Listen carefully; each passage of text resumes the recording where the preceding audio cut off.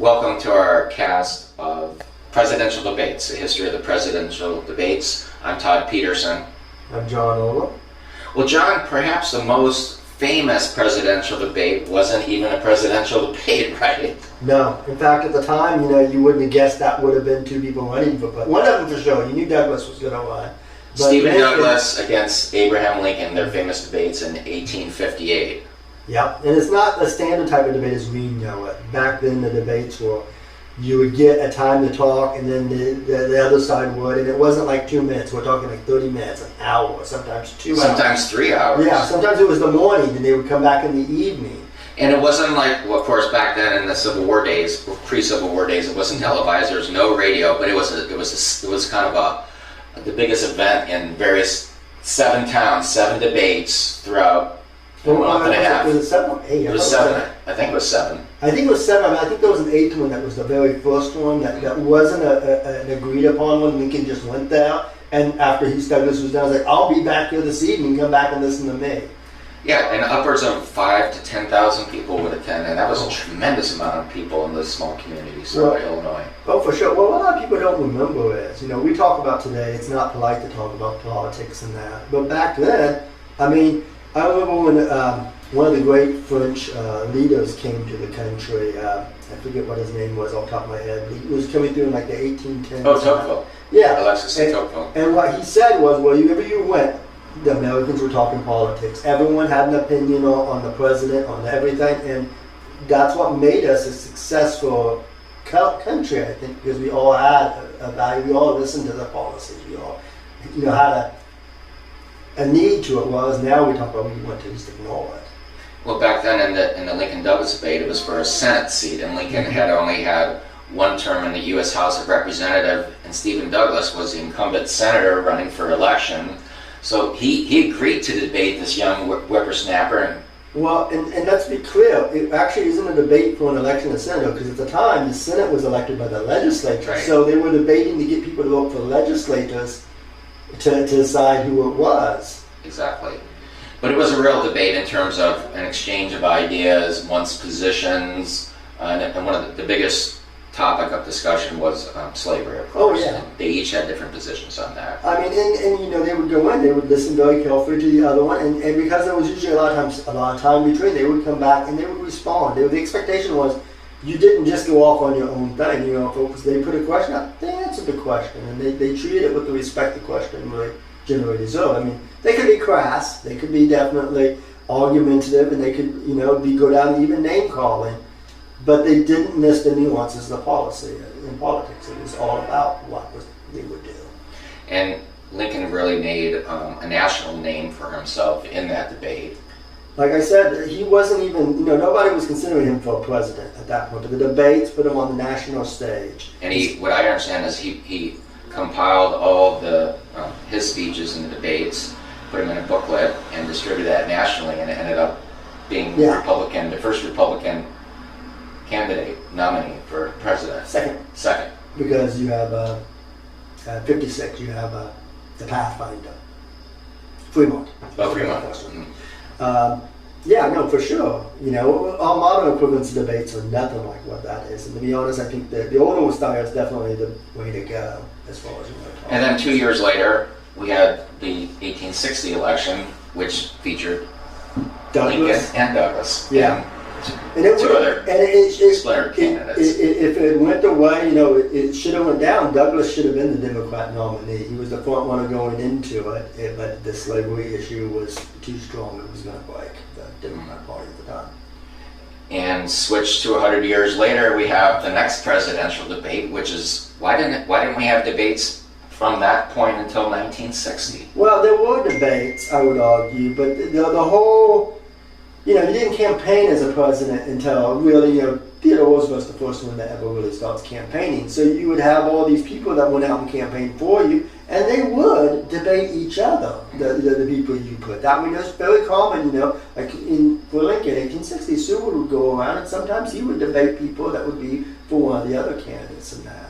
But you had these people that would, once again, they would be talking about the policy, what Lincoln's going to do and things like that. So. And again, with the Kennedy-Nixon debate, we had a one-term office holder Kennedy against a more experienced vice president under Johnson, Richard Nixon. And then for some reason, maybe it was a mistake that Nixon agreed to debate Kennedy.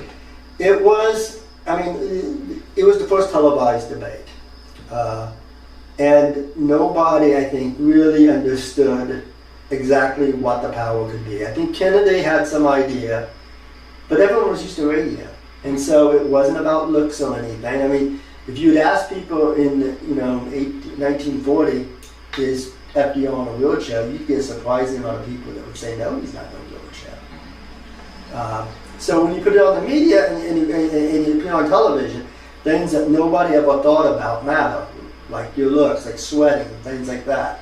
And of course, the first debate, commentators said that Kennedy won it because of the visual presentation, the contrast between a tanned presidential candidate and Kennedy, because he was campaigning open-air cars, and before that, and Nixon, who had a 5 o'clock shadow and recently overcoming hospitalization and hurt his knee as well. Well, and Nixon refused things like makeup. Like, he was like, no, I'm not going to do any of that, and that's a necessity on TV. Because he heard Kennedy didn't want to wear makeup, and then Nixon said, well, I'm not going to do that. Yeah. Well, Kennedy did wear makeup. It was very well made up. But, yeah. I mean, it was all about the image over the policy. And I feel like, as time has went on, that has, especially going into like the 90s and the 20s, and the aughts, it's become more, I just got to get a catchphrase out there. I got to get, just a single moment. And it seems like in the days of memes, it's become even hyper,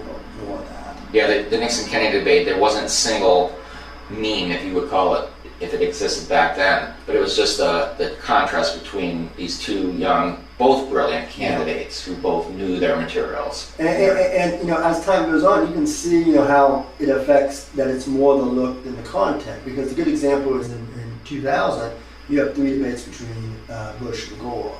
And the one thing I know very, very big in that was you had 3 versions of Gore. You had the very first debate, Gore came out really aggressive, really almost angry, and it turned off people. And so the next debate he came out, and he was this super nice guy, almost Mr. Rogers, always complimentary, people didn't like that. And then it was like the third debate, it was like the 3 bears. Finally, he got that perfect, it was just right, but it's after 2 other debates. And that's, going back to the Nixon-Kennedy debate, Nixon's advisors, particularly Henry Cabot Lodge, told Nixon, you need to be nice, Mr. Nice Guy, and Nixon was very conciliatory as best he could. The problem is, you can't, Nixon's just not a nice guy. You can't change your own personality. It's like, when he smiles, the smile doesn't make anyone feel more comfortable. It makes you feel much more nervous around. In fact, I read that Nixon's mother then asked him if he was sick after watching it. Well, he was sweating all through it. He looked very pale and pasty because he wasn't putting any makeup on, and the lighting on that. And the sweating, that was the big thing, because he looked like he was all nervous on that. Yeah. Another debate moment I recall was also a Bush debate, George Bush I, Herbert Walker against Dukakis. Dukakis was, of course, the Democratic nominee, and he was against the death penalty. And one of the commentators, I think it was Bernard Shaw of CNN, I remember watching this, asked him a hypothetical: if your wife was raped and murdered, would you still be against the death penalty? He said, well, of course. And of course, the public was very wondering, do you have any emotion to respond to something like that? So perhaps in retrospect, he might have responded differently, but that was his position. Yeah, well, and that's a got you question. It's you're asking someone something that plays off emotion, and you're not expecting it. You're not an emotional thing, and you're asking someone. We elect a president not to necessarily be emotional. We don't want a knee-jerk president to be emotional, but we accept them. They're human in that. So I don't know. I don't think that was as negative. I think the image of it was negative because pundits and everyone kept beating it down. But I don't think that it was that negative an answer, to be honest. Right. I think it was in actually the next when Bush ran for re-election, one of the things that cost him was in the election, because I believe it was in a debate he said, "Read my lips, no new taxes." Right. And I think it was also in the debate that he looked at his watch, and that was the image everyone saw. Well, it's I mean, he's looking at his watch, and it's and the idea the public thought was, oh, he was waiting for the debate to be over, couldn't wait to get this thing over with, when in fact I think what he said in his political writings is that he was just making sure he was within his allotted time. Yeah, no, I think that's probably right. I mean, he had low energy at that point, and his election was unlikely. He had a third party with Ross Perot that was splitting the ticket. It was very unlikely, but I think they over-amplified the image on it, and I guess that's the trouble with debates nowadays. It's not policy; it's about the image. It's Right. about the Except if a major blunder happens, like they did President Ford in his debate with Carter, when the question was posed about whether Eastern Europe still is under Soviet subjugation, and Ford said it wasn't. Yeah. And of course, the Soviet Union had, since the 50s, late 40s, had total domination, not, Well, but that's the problem with it. But you're putting people on the spot, and people make errors, And that's exactly what it was. And that's exactly, no, he was confused with something else, There are times on, I don't want to get into the last debate, because I think I can still with Todd, but when you ask, do you deplore white supremacists and racists, do you say no? That's a softball question. It's Right. like a Ghostbusters. When they ask you, are you a god, you say yes. Right, exactly. Anything else you want to talk about? At the Bush v. Gore debates, I don't know much about the Lincoln debates. So Seems like there was always 3 debates in their most recent years. I mean, I think generally 3 to 4 debates. 3 to 4, yeah. Because they were divided up usually on debates. Usually you'd have a domestic, a foreign policy, and then one that was a lot of times usually like a town hall, which was questions and that. Which I still think town halls can be effective, but they need to have more time. I think it's. Well, people in town halls can't manage, control the candidates, certainly. I mean, a moderator. Well, the moderator is still supposed to, and they're going to have to do something with the mics, where they shut the mics off or something. I think that will resolve anything now. I'm sure still happen, but I don't know. I mean, to be honest, I don't know if debates are necessary. I like the idea. Here. I like the idea of policy change, talking that, but I don't feel like that's what's happening. Because what's happening now is not a real debate. Well, I mean, how can you discuss health care in 2 minutes? Mm-hmm.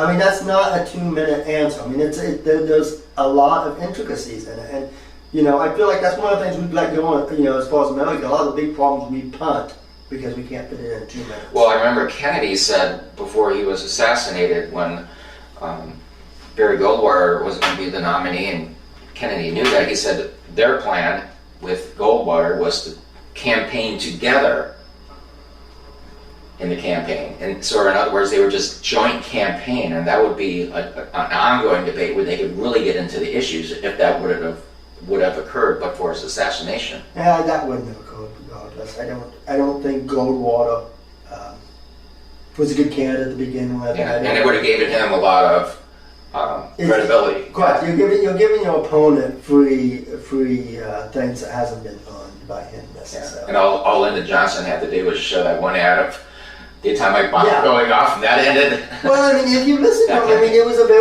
a very bleak person to listen to. I mean, it's when you have 2 different views that are just so contrasting, it's a lot easier. Right. Well, thank you for watching. Please like, subscribe, and comment.